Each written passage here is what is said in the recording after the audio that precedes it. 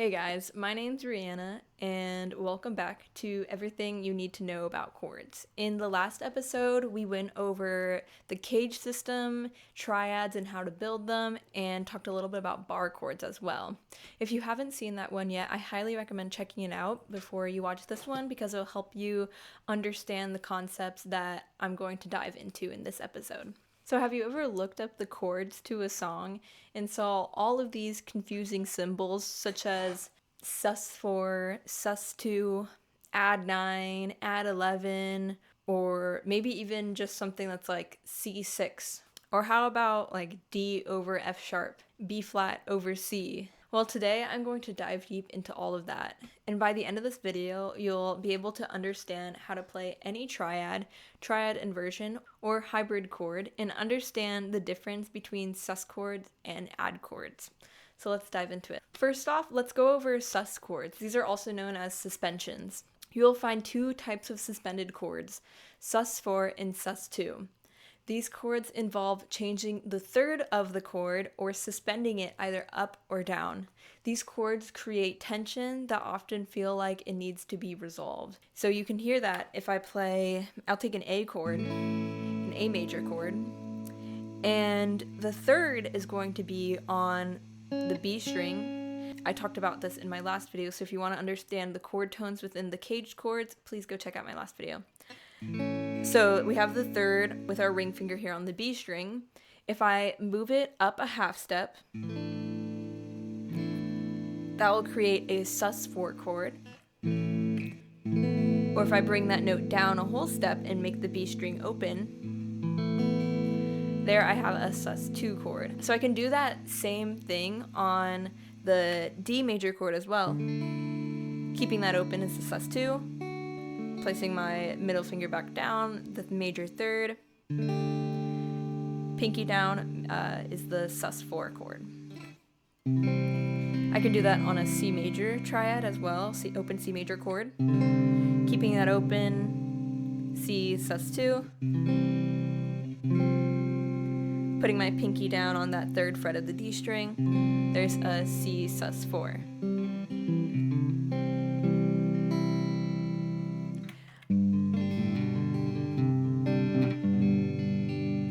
Same thing with the G chord. The only one, well, you can do a sus4 on an E major chord, but you can't really do a sus2 on an open E major chord just because we have that minor third on the G string, and we can't bring that lower to the second unless we played it as a bar chord. Sometimes I'll play a chord like this. It's a little bit of a stretch, but has kind of a nice sound to it. But yeah, so those are sus2 and sus4 chords. They can work on minor chords or major chords. Since if we look at the major and minor scale, we'll see that the 2 and 4 intervals are the same in major and minor. The Summer of '69 by Bryan Adams displays the use of sus2 and sus4 really nicely. If we look at that main little guitar riff that goes on throughout the song.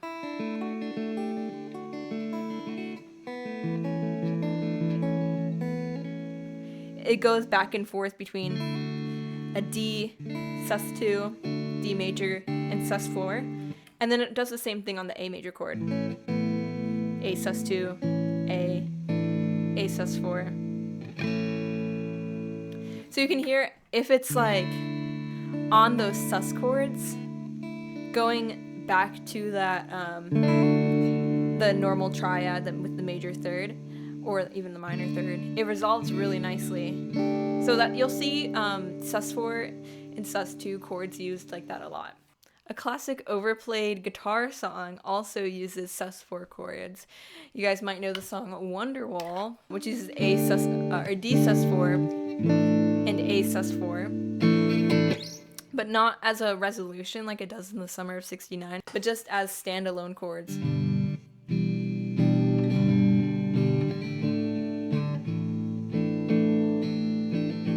When this song was written, I highly doubt that the songwriter was really thinking about, oh, I want to use a sus4 and a sus2 chord here. I think these chords keep the top part of the voicing on the 3rd fret of the B string and G string and just move around.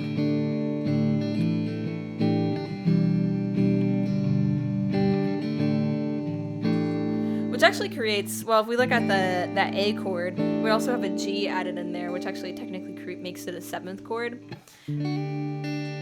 But that's a very common way you'll see sus4 chords used, is just not really thinking of it as like, oh, I'm going to add a sus4 here. It's just like it makes the chord progression flow really nicely when you use a similar voicing like that for all the chords. A similar idea is seen in Pearl Jam's Black, where we have the chord, we have E major, regular E major, and then we have an A sus2 chord.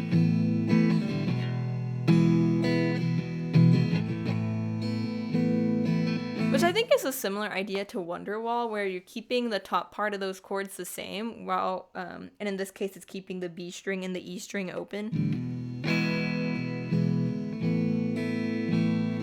It makes the chords flow together really nicely and creates a nice colorful sound rather than just playing regular E and A major. So now let's go on to add chords. Add chords expand off of the simple 1-3-5 triad. So rather than replacing the 3rd like sus chords do, add chords will add other chord tones to the 1-3-5 triad. It's similar to how a 7th chord has tensions. You may often see chords such as A9 or maybe like A minor 11, but that indicates that there is a 7th within the chord. And I'm going to go over this concept a little bit more in future episodes.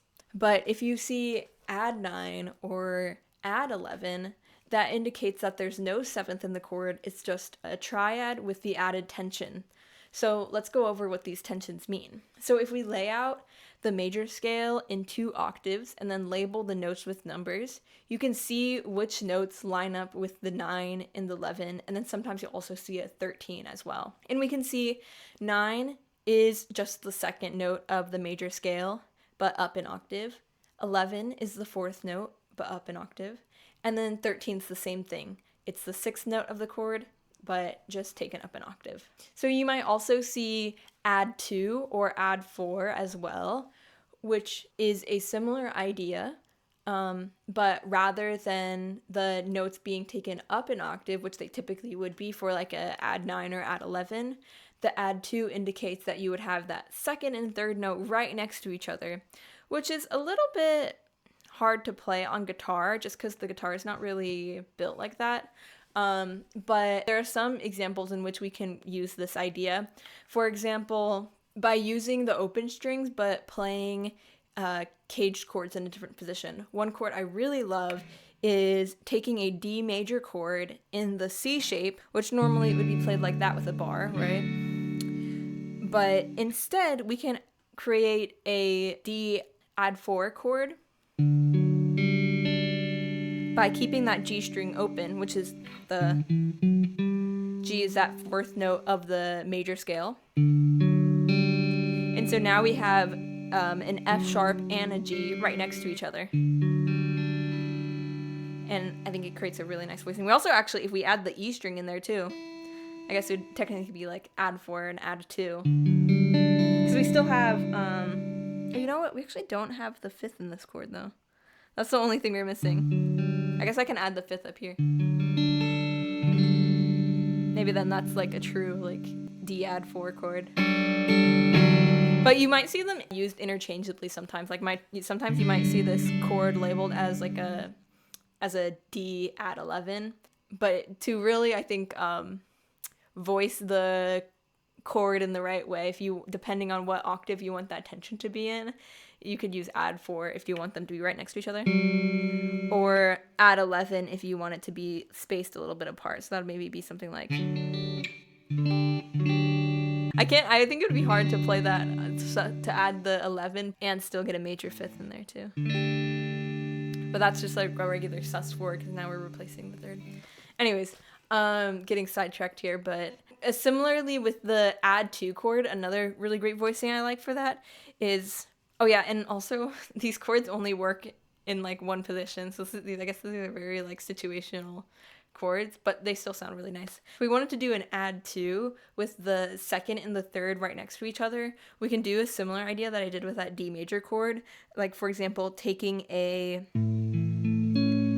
A major chord, but with the bar in the fifth position. So I'm like using an E-shaped chord there. But instead of doing the full bar chord, I'm keeping the B string and the E string open. And that will technically give us an A add 2 chord. Because we have the third right there, and then the second right next to it. Those chord voicings are a little bit more situational and really only work in those positions because I'm using the open strings to create those tensions and kind of combining them with a bar chord. But you can experiment with that all throughout the fretboard. Like I can take, this is like a G major chord with an E shape, and we have the B and the E open. So B is the third, but the E would technically be like an add 13 or maybe an add 6. This is a B major chord with that in that E shape, and adding now the E string would create a add 11 tension. So we have a B add 11 there. But that's actually one way I love to use cage chords, is by moving them around the fretboard but keeping some of the strings open. A really common way you'll see an add 9 chord be used is with a C major chord like this, and then adding that 9 onto the third fret of the B string where we have a D. And you'll see this used in Green Day's Good Riddance.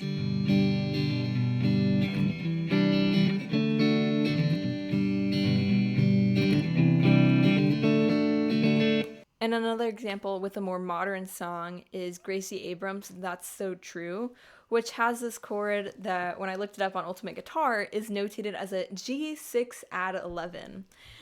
And so, same thing I was talking about before with Wonderwall. Like, I really highly doubt that Gracie Abrams was specifically thinking like, oh, I'm going to add a G6 add 11 chord here. Because what's really happening in the song is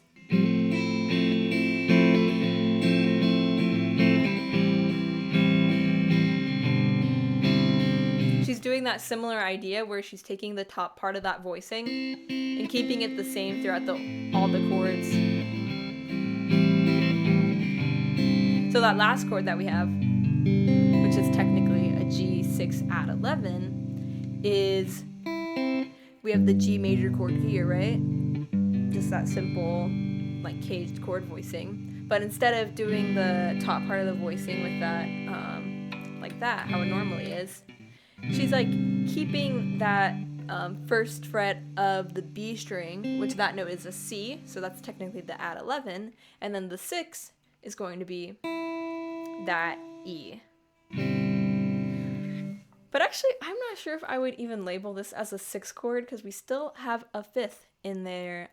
So here's a little note about 6th chords, which I don't think I've gone over yet. 6th chords are major triads, except similar to sus chords, how we're replacing the third with a second or fourth. 6th chords take the 5th and replace it with a 6th. So that's how 6th chords will work. So even if you see a minor 6th, it's still gonna be technically like a major 6th, unless you see, I mean, actually you wouldn't really ever see this chord unless you saw like a flat 6. But yeah, if you see 6, it's gonna mean major 6. So like 1, 2, 3, 4, 5, 6. That's the 6th note of the major scale, which is an A.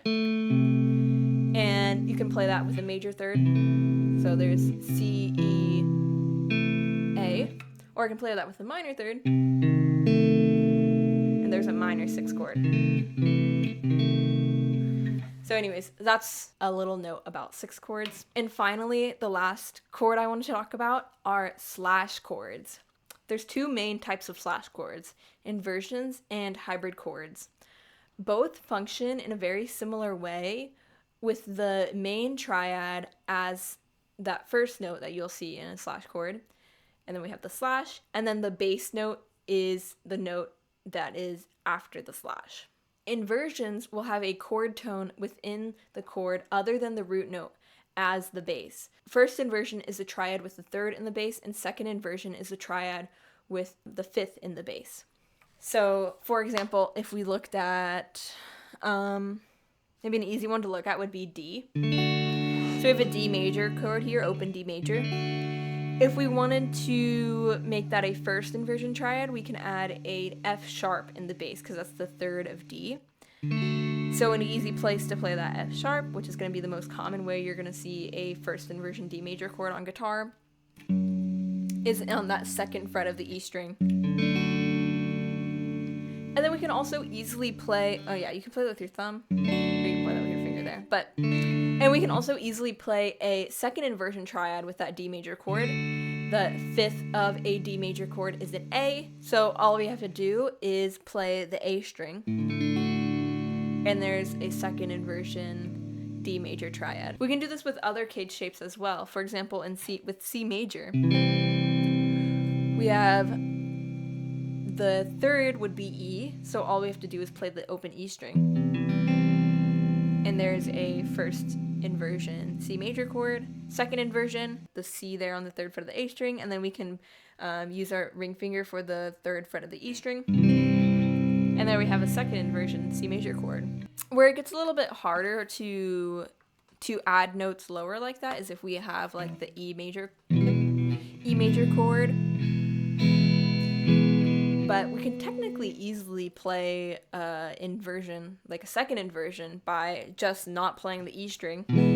There we go, second inversion triad for an E major chord. Or we can play a third inversion very simply by just not playing these bottom three strings and just playing the top three strings. And there we have G sharp, B, and E inverted triad right there.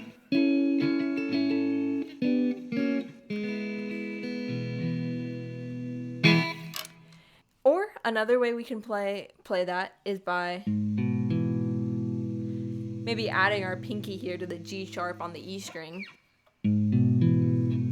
And this doesn't really give us the ability to play any of the other notes within that open E chord, but we can simply play that G sharp, B, and E, and that's very similar to that except just down an octave. Same thing with the A major chord, root position like that. Can play a really nice first inversion by barring the second fret right there on the D string, G string, and B string, and then adding our third finger to the fourth fret of the A string. For a second inversion chord, you can just skip the A string and just play the D string down, and there's a very simple second inversion. Or because that fifth of the A chord is an E, we can also just add the E string in there, and there's a second inversion chord. So that's how I think of inversions. As you get really, really familiar with the chord tones within the cage chords, it'll get a lot easier to understand how you can manipulate them to become other chords or other inversions or things like that. If we look at a song like Weezer's Island in the Sun, we can see that there's a lot of inversions being used like this, where they're just smaller sections of these caged chords. So inversions are commonly used to create better voice leading or better movement within the bass notes of your chord, which can allow for a chord progression to be very smooth if your bass isn't jumping around all over the place. I think a great example of this, using similar chord shapes that I was talking about, where they're just smaller sections of those cage chords, is Weezer's Island in the Sun, where we have an E minor chord here, but using the D shape. But technically this is a second inversion chord because the fifth of the chord right here is a B, is in the bass, or is the lowest note that we're playing. And then we have an A minor chord with the third in the bass. That's a C right there, so this is C, E, A. D major chord used similarly to that E minor chord with the fifth in the bass, A being that lowest note we're playing. And then a G major chord with the third in the bass. The next type of slash chord that we have are hybrid chords, where the bass note is a note that is not a part of the original triad. For example, we can have, this is the C right here, and I'm gonna have B flat as the triad, so this is a B flat over C chord.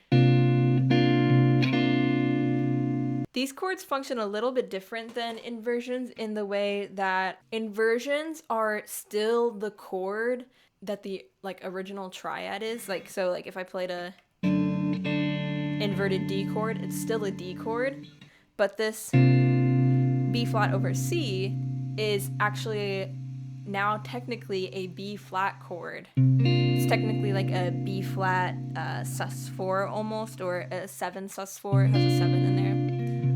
But it basically, what I'm trying to explain is it changes the function of the chord. So that's one of the most common examples that you'll see of hybrid chords, where you have the root note and then the triad is the chord that is like a half step down from that. You'll hear that a lot in like disco and funk especially. But you can have other examples too. For example, maybe like a we could do like, this is like a C over D. We could do like a B over D, or a D over B, sorry.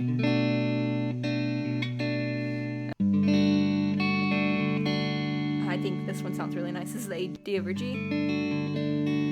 Using hybrid chords can create really interesting 7th chord voicings. So when I talk about 7th chords, I can return to this topic and maybe go into a little bit more of the theory behind these chords, because I think they're really interesting. But just put simply, if you see this on a chord chart, all you really have to do is find the chord that you're trying to play, which is the first chord, and then add the second note that you see as the root note. A great example of this is Eric Clapton's Tears in Heaven, which uses a good mix of inversions and hybrid chords and has a really nice descending bass line because of the inversions and hybrid chords that he's using.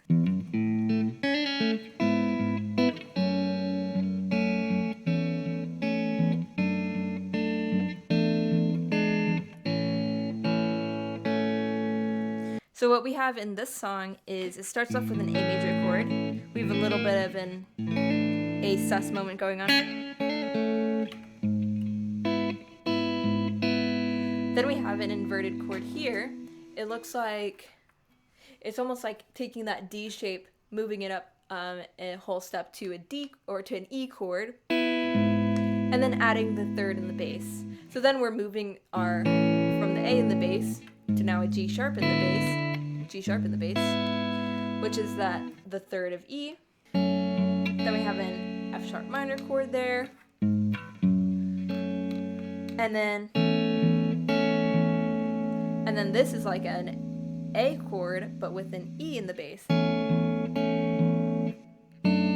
Another first inversion chord here with the third in the bass, D chord with the third in the bass.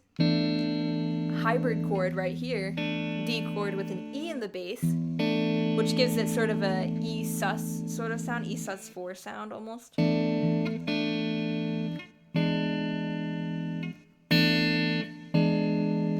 Resolving the 4 down to a third. So we have A to G sharp, which is the 4 and 3 of E. And that leads really nicely back into A. So with all this information, and including all the information from my last 2 videos, this should give you all the knowledge that you need to be able to play any chord that you find on Ultimate Guitar or wherever, whatever website you use to find your guitar chords for any song, other than 7th chords, which I'm going to be starting to get into in my next video. If there's something that you see that's not a 7th chord that I haven't talked about or you have a question about, please let me know in the comments below. I'll be happy to answer any questions, or I'll be happy to know if I missed anything, honestly, like if there's any type of chord that I haven't gone over in this video. So if you have any questions about this or if you want clarification on anything, let me know in the comments down below. I'm happy to answer any questions. I really hope you guys enjoyed this. Thank you so much. Please leave a like, subscribe, and comment, and I'll see you guys next time.